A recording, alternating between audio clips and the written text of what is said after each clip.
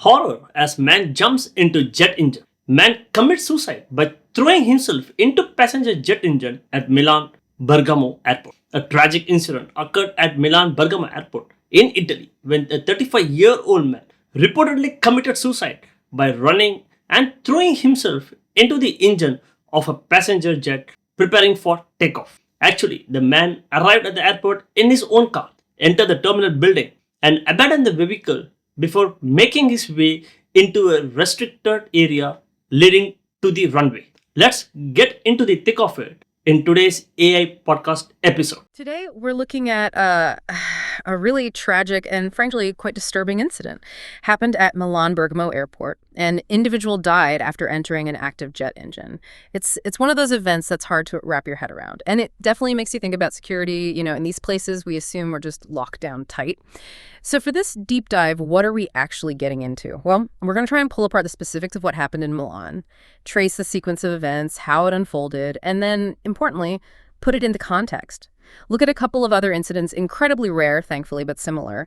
The goal here is really to pinpoint what we can learn about safety, about security, and maybe there's human factors that always seem to play a role in these high-stakes environments like airports. Absolutely. And I think it's crucial right at the start to stress just how unusual and serious these events are. Commercial aviation, it runs on incredibly strict safety rules. So when something like this happens, it's a major deviation. It really forces a hard look, an analytical look at every single detail. Okay, let's unpack the core event in Milan then. We have a 35-year-old man. The reports say he died by suicide after throwing himself into the engine of a passenger plane at Milan-Bergamo. Can you give us the basics on the flight itself? Sure. The aircraft involved was a Volotea Airbus A319. The flight number was V73511. It was scheduled to fly from Milan-Bergamo, that's BGY airport code, heading over to Asturias in Spain. What struck me reading the reports was how this individual apparently managed to breach security. He wasn't an employee, wasn't even a passenger with a ticket, but he gets there by car, leaves the car, gets into the terminal somehow without a ticket, then into a restricted area, onto the runway. And apparently 2 border police officers actually tried to stop him. That's right. They attempted to intervene, but reports say he broke free and then ran directly onto the active tarmac area. From your perspective, knowing how airport security generally works, what makes these points, the abandoned car, terminal access without a ticket, getting past officers, how do these things happen? Are they persistent vulnerabilities? Well, it really highlights the challenge of the human element, doesn't it? You can have fences, cameras, protocols, but determined individuals acting erratically and quickly. It's tough. The system relies on layers, but sometimes someone can sort of slip through those layers if the actions are unpredictable enough.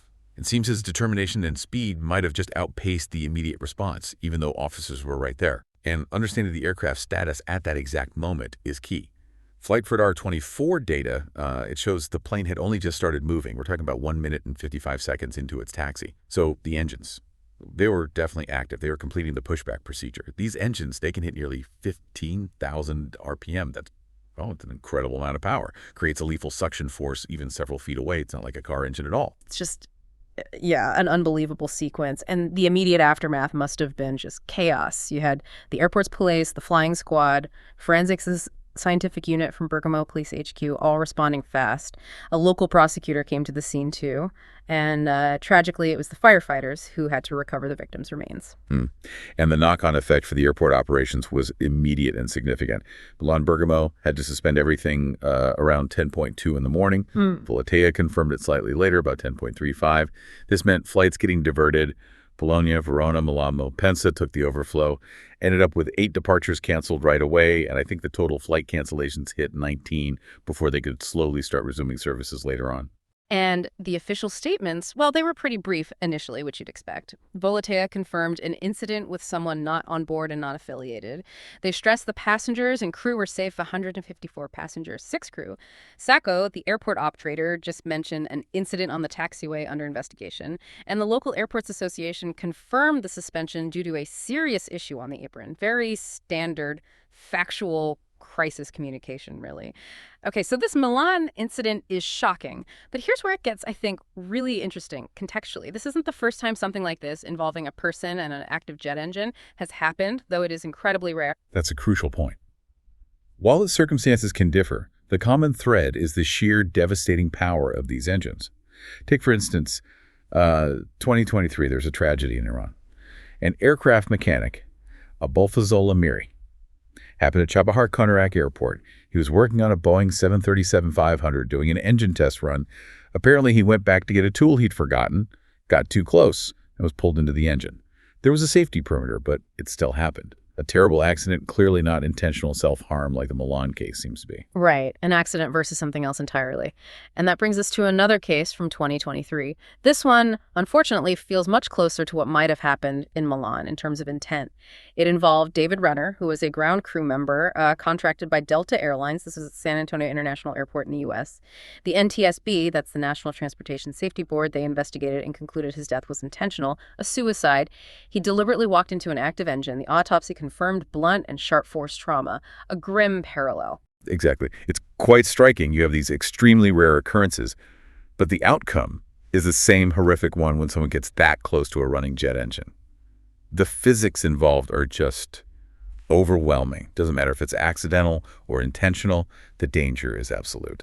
So, pulling back from the immediate shock, from these individual tragedies, what does this all mean? What are the bigger takeaways here for you listening and for the industry itself? Well, connecting the dots, I think. These incidents, rare as they are, they really drive home a few points. One is they starkly highlight the importance of mental health awareness. The intentional cases make that unavoidable. And second, they definitely underscore the need for constant vigilance and maybe even rethinking certain aspects of security, especially in those restricted airside areas. The fact that breaches occurred, even with protocols in place, is something authorities take very seriously. That point about mental health feels particularly resonant given the confirmed suicides.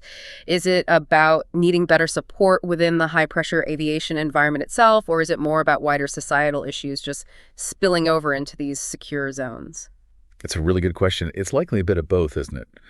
The unique stresses of airport work, shift patterns, pressure, isolation, sometimes might need specific accessible mental health resources, not just for staff, maybe even thinking about passengers under stress. But yeah, wider societal struggles definitely play a part. What these tragedies really underline, I think, is that security isn't just about fences and gates anymore. It's also about understanding and addressing human vulnerabilities, whether that's operational errors or, sadly, personal crises. It needs a more holistic view. And you can be sure investigators are looking very closely at the specific circumstances that led up to the Milan tragedy. It's always about learning and improving. Okay, so let's recap this deep dive then. We've looked at a truly awful, thankfully very rare incident at Milan-Bergamo. And by placing it alongside a couple of other similar devastating events, we see it shines a light on, well, critical issues. Airport security, yes, but also mental health considerations. These rare events, they really demand we pay attention and think a bit deeper. And maybe leave you with this thought. We've talked about how individuals manage to bypass security in these very high-stakes places, so thinking beyond the obvious fences and guards. What other, maybe more subtle vulnerabilities might still exist around airport perimeters? And how could understanding those potentially shape the next generation of security measures? Something to ponder. Definitely something to think about. Thanks for joining us on this deep dive. Keep asking those questions, keep exploring the world around you, and we'll catch you next time. What are the standard operating procedures for pilots and crew when an unauthorized person breaches the tarmac? Don't forget to comment it. Thanks.